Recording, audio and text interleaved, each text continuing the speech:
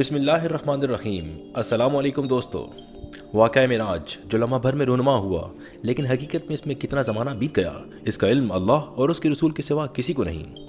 آج اسی واقعے کو ایک بالکل مختلف انداز میں پیش کیا جائے گا اور سائنس کی نگاہ میں اس کا احاطہ کرنے کی ایک ناکام کوشش بھی کی جائے گی۔ معراج جیسے عظیم الشان واقعے کو اللہ تعالیٰ انتہائی اختصار کے ساتھ قرآن مجید کی سورہ الاسراء میں بیان کرتے ہوئے فرماتے ہیں، پاک ہے وہ ذات جو لے گئی اپنے بندے کو مسجد حرام سے مسجد اقصیٰ تک، جس کے اطراف میں ہم نے برکات رکھی ہیں تاکہ ہم اپنی عظیم الشان نشانیاں دکھائیں، بے شک وہ خوب سنتا اور دیکھتا ہے۔ اور اس کے بعد اللہ کلام کو یکسر بدل ڈالتے ہیں، گویا اللہ کے لیے یہ سب کچھ کرنا کوئی بڑی بات تھی ہی نہیں، اور واقعہ بھی کچھ یوں ہی ہے۔ البتہ احادیث میں ہمیں مختلف حوالے ملتے ہیں کہ کس طرح اللہ تعالیٰ آپ صلی اللہ علیہ وسلم کو ساتوں آسمانوں سے ہوتے ہوئے کائنات کی آخری حد سے بھی باہر سدرۃ المنتہا تک لے گئے۔ آپ صلی اللہ علیہ وسلم نے وہاں جنت اور دوزخ کی سیر کی اور اپنے رب سے ہم کلام بھی ہوئے، اور پھر سفر سے واپسی پر اپنے مکان تک کچھ اس حالت میں پہنچے کہ روایات کے مطابق ابھی آپ کے گھر کی کنڈی تک ہل رہی تھی اور آپ صلی اللہ علیہ وسلم کے وضو کا پانی ابھی آپ کے جسم مبارک سے ٹپک رہا تھا، گویا کہ سارے عمل کے دوران وقت تھم گیا تھا۔ اس عظیم الشان سفر کے دوران آپ صلی اللہ علیہ وسلم نے کتنا فاصلہ طے کیا، اور آج کی سائنس کی تحقیق اس کے بارے میں ہمیں کس حد تک معلومات فراہم کرتی ہے، آج کی یہ ویڈیو اسی بارے میں ہے۔ تو چلیں اب اس علمی سفر کا آغاز کرتے ہیں۔ سب سے پہلے ہم مسجد حرام سے مسجد اقصیٰ کا فاصلہ دیکھتے ہیں، جو 1200 کلومیٹرز کا ہے، لیکن حقیقت میں یہ فاصلہ اس سارے سفر کے کل فاصلے کے سامنے کوئی معنی رکھتا ہی نہیں۔ یاد رکھیے کہ اس کائنات کی وسعتوں کے متعلق انسان کا علم ابھی بہت ناقص ہے، لیکن آج تک جتنا بھی ہم جان پائے ہیں اس کی روشنی میں اس سفر کی طوالت کو سمجھنے کی کوشش کی جائے گی۔ ہماری زمین سے قریب ترین فلکی جسم چاند ہے، جس کا فاصلہ ہم سے 3,84,000 کلومیٹرز ہے۔ یہ وہ حد ہے جہاں تک آج تک کوئی بھی انسان جا پایا ہے۔ روشنی جو 1 سیکنڈ میں 3 لاکھ کلومیٹرز کا سفر طے کرتی ہے، اس کو چاند سے ہم تک پہنچنے میں 1.25 سیکنڈ لگتا ہے۔ اس کے بعد ہمارا ہمسایہ سیارہ مریخ یا مارس آتا ہے، جس کا فاصلہ 22 کروڑ 50 لاکھ کلومیٹرز ہے، اور روشنی کو یہ سفر طے کرنے میں 20 منٹ کا وقت درکار ہوتا ہے۔ اب ہم لوگ مزید آگے بڑھتے ہیں تو جوپیٹر، سیٹرن، یورینس، نیپچون اور پلوٹو سے ہوتے ہوئے ہماری ملاقات وائجر 1 سے ہوتی ہے۔ یہ دنیا سے دور ترین مین میڈ سیٹلائٹ ہے، جس کو 1977 میں آج سے 44 ایئرز پہلے امریکہ نے لانچ کیا تھا، اور یہ مسلسل اس وقت سے زمین سے دور جا رہا ہے۔ یہ صرف 1 سیکنڈ میں 17 کلومیٹرز کا سفر طے کرتا ہے، اور اب تک زمین سے 23 ارب کلومیٹرز دور جا چکا ہے۔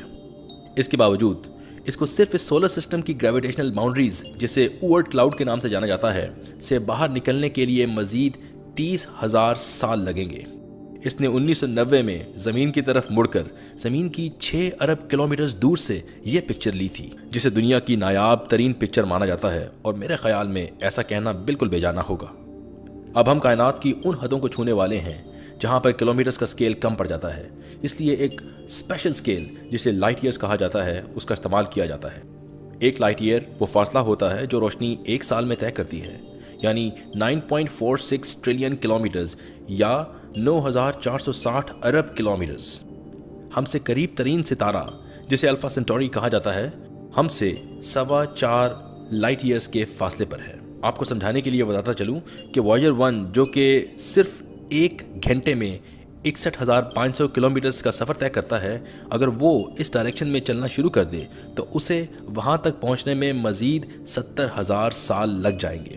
اس کو مزید آسان انداز میں سمجھانے کے لیے جان لیجئے کہ اگر آپ اپنی کار میں 100 کلومیٹر پر آور کی رفتار سے ٹریول کرتے ہوئے اس ستارے کی طرف جانے کی کوشش کریں تو آپ کو اس کائنات کی موجودہ عمر، جو کہ 14.5 ارب سال کے برابر ہے، سے بھی 6 گنا مزید وقت درکار ہوگا، اور یہ صرف قریب ترین ستارے کی دوری کا عالم ہے نا حیران کر دینے والا سکیل؟ لیکن ابھی تو ہمارے سفر کا صرف آغاز ہے۔ میرے سفر میں اپنے رب کے کمالات کو جانتے جائیے اور اپنے نبی صلی اللہ علیہ وسلم کی شان کو سمجھتے جائیے کہ ہم اب مزید آگے بڑھنے والے ہیں۔ صرف ہماری گیلیکسی جسے ہم ملکی وے کے نام سے جانتے ہیں، اس کا اینڈ ٹو اینڈ فاصلہ 1 لاکھ لائٹ ایئرز کے برابر ہے، جو اگر میں کلومیٹرز میں لکھوں تو کچھ 9.5 لاکھ ٹریلین کلومیٹرز ہوگا، جبکہ 1 ٹریلین 1000 ارب کے برابر ہوتا ہے۔ صرف ہماری گیلیکسی میں ایک رف اندازے کے مطابق 100 ارب ستارے اور اتنے ہی سیارے موجود ہیں، جبکہ ہم اپنی آنکھ سے اپنی گیلیکسی کا صرف ایک بہت چھوٹا سا حصہ ہی دیکھ پاتے ہیں، جو کہ بس اتنا سا ہے، اور اس میں بھی صرف چند ہی ستاروں کو۔ اگر ہم اس سے مزید باہر نکلیں تو ہم اپنی گیلیکسی کے لوکل گیلیکٹک کلسٹر کو دیکھ پائیں گے، جس میں کم سے کم 54 اور گیلیکسیز موجود ہیں، اور جس کی لمبائی 10 ملین لائٹ ایئرز یعنی 95 لاکھ ٹریلین کلومیٹرز ہے۔ اگر ہم اس سے بھی مزید باہر جائیں تو ہم جس سپر گیلیکٹک کلسٹر کا حصہ ہیں اس کو بھی دیکھ پائیں گے۔ اسے ورگو سپر کلسٹر کہا جاتا ہے، اور اس کی لمبائی 110 ملین لائٹ ایئرز یا 10 ملین ٹریلین کلومیٹرز ہے۔ لیکن یہ سپر کلسٹر بھی لینیاکیا سپر کلسٹر کے سامنے کچھ نہیں، جس میں ہماری گیلیکسی کے علاوہ 1 لاکھ اور گیلیکسیز موجود ہیں، اور اس کا اینڈ ٹو اینڈ فاصلہ 520 ملین لائٹ ایئرز یا 52 ملین ٹریلین کلومیٹرز ہے۔ جب ہم اس سے بھی باہر زوم آؤٹ کرتے ہیں تو ہم پر رونگٹے کھڑے کر دینے والے انکشافات ہوتے ہیں۔ ہمارے رب کی کائنات، جس کا سفر نبی کریم صلی اللہ علیہ وسلم نے پل بھر سے بھی پہلے کر لیا تھا، کا اندازہ لگانا مشکل ہی نہیں بلکہ ناممکن ہے، کیونکہ صرف آج کی دیکھی جا سکنے والی آبزرویبل یونیورس کا حجم ہی حیران کر دینے والا ہے۔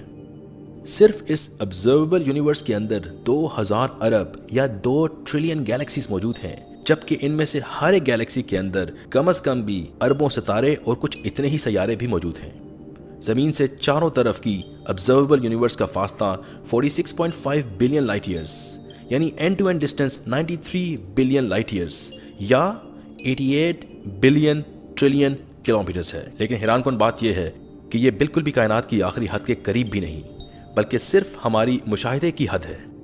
یہ بات یاد رہے کہ کائنات ہماری آبزرویبل یونیورس سے کئی گنا بڑی ہے، اور آبزرویبل یونیورس کی حد وہاں تک ہے جہاں سے روشنی آج تک زمین پر پہنچ پائی ہے، جبکہ کائنات کی عمر کا اندازہ 14.5 ارب سال ہے۔ اس میں خاص بات یہ ہے کہ کائنات مسلسل پھیل رہی ہے، اور کائنات کے بیشتر حصے کی روشنی نہ تو آج تک زمین تک پہنچ پائی ہے اور نہ ہی آئندہ کبھی بھی پہنچ پائے گی۔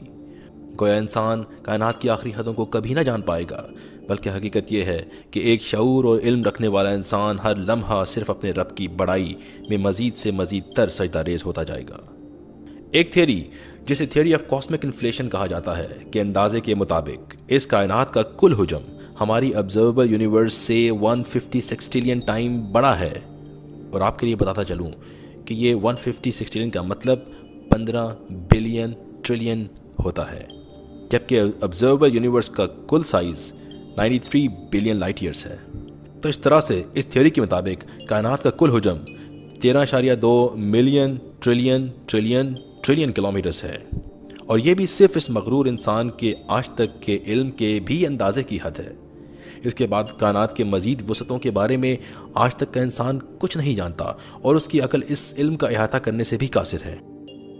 یہ یاد رہے کہ کائنات کی وسعتوں کے بارے میں آج تک کی سب ریسرچ بیشتر کسی مشاہداتی علم سے زیادہ مشاہداتی اندازے پر مبنی ہے، اور وہ بھی صرف پہلے آسمان کی وسعتوں کی بھی ایک بہت ہی مختصر حصے تک۔